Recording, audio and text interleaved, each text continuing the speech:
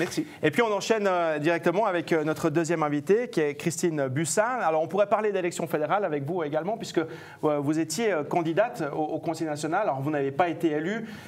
10 jours après le scrutin, quel regard vous portez sur ces élections fédérales, sur ce scrutin ? Écoutez, c'est une déception pour moi, effectivement, parce que je pensais que mes chances étaient quand même là, en tout cas d'après ce que la presse alémanique en disait, mais effectivement, c'est les Romans qui ont décidé, les Vaudois qui ont décidé de ne pas donner vraiment de chance au PBD. Voilà, j'étais certainement pas sur la bonne liste, mais enfin, j'étais sur la liste avec laquelle j'étais le plus proche au niveau des idées.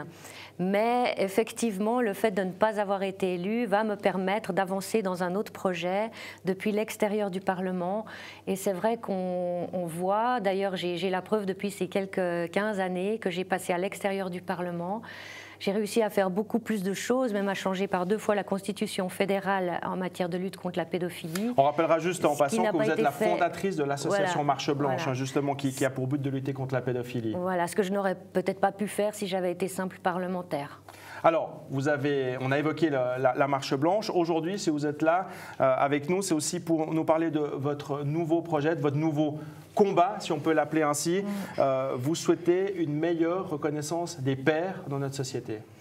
Pas seulement une meilleure reconnaissance des pères, je crois qu'on les reconnaît déjà, mais une meilleure application des lois en ce qui concerne l'égalité parentale.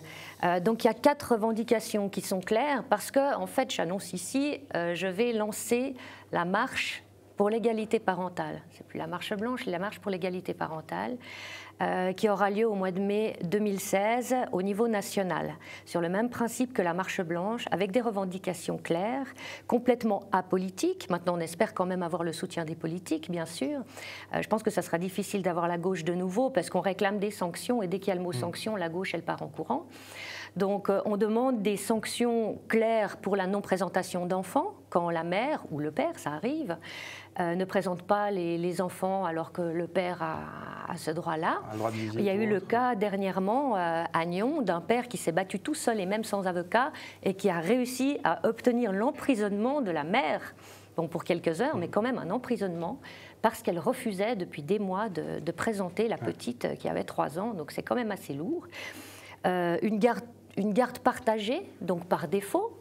Maintenant, il y a l'autorité parentale par défaut. Il faudrait qu'il y ait la garde partagée par défaut. Après, c'est au couple de décider. Si monsieur ne veut pas avoir la garde, il n'y a pas de problème. C'est au couple de décider. Il faudrait qu'il y ait une médiation obligatoire dans le cas de désaccord de la part de la mère, par exemple, ou du père, sur la garde partagée, et que le résultat de la médiation soit notifié et qu'il puisse être utilisé devant un juge. Et aussi des déductions fiscales pour ce qui est de la pension après l'âge de 18 ans, parce que c'est quand même assez incroyable de se dire que dès que l'enfant a 18 ans, le père ou la mère ne peut plus déduire la pension au niveau fiscal pour les impôts. C'est une aberration qui... Voilà. Alors vous allez mettre en avant ces 4 points, ces 4 axes. Ce qu'on doit retenir, donc, c'est que cette marche au niveau national, elle est déjà prévue pour le mois de mai. Vous n'avez pas encore fixé la date. Peut-être mars. Donc on a 5 à 7 mois devant nous pour organiser ça. Pour moi, c'est presque un copier-coller de la marche blanche. Il nous faut des forces, c'est vrai. On attend encore des bénévoles, si possible, de la part de tous les cantons. On a déjà des gens de Zurich, de Bâle, de Genève, de Vaud, du Valais, de Neuchâtel. J'espère que j'en oublie pas, mais bon, de toute façon, j'en oublie certainement, parce qu'au bout du compte, il y en aura beaucoup plus, enfin, je l'espère. Et je sais déjà que ça va être très difficile d'avoir le soutien des partis de gauche, déjà parce qu'ils me connaissent et qu'ils, malheureusement, ne veulent pas vraiment me soutenir. Et voilà, donc ça va être des revendications, une marche, certainement une pétition, des interventions parlementaires, et si ça ne va pas, on ira au peuple.